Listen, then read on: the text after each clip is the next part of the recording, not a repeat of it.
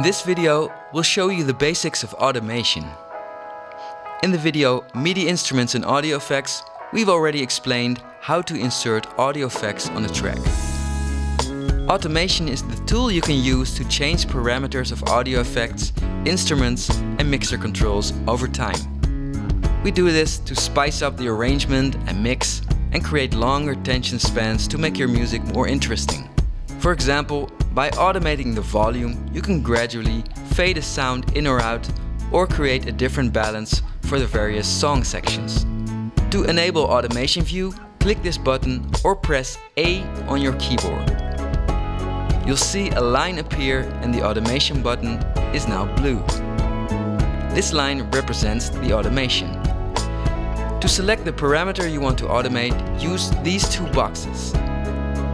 The first box selects the audio effect or mixer control you want to automate. The second box selects the specific parameter. Select Mixer to automate a mixing control of the selected channel you're working on. Or select a plugin name to automate a plugin. Now select the parameter you want to automate. To start drawing in automation, click on the automation line to create a breakpoint. Click on the automation line again to create a second breakpoint. You can now drag the breakpoints to adjust your automation line. To add a curve, press the Alt or Option key on your keyboard and hover over the automation line.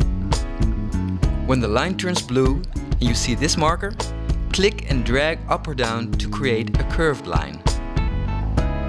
To fine-tune the value of a breakpoint, hold Shift while dragging it up or down.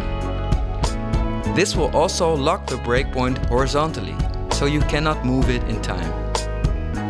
Double-click on the breakpoint to remove it. Now you have learned how to draw automation. If you want to learn more automation techniques and how to apply automation in a creative way, sign up for one of our music production courses.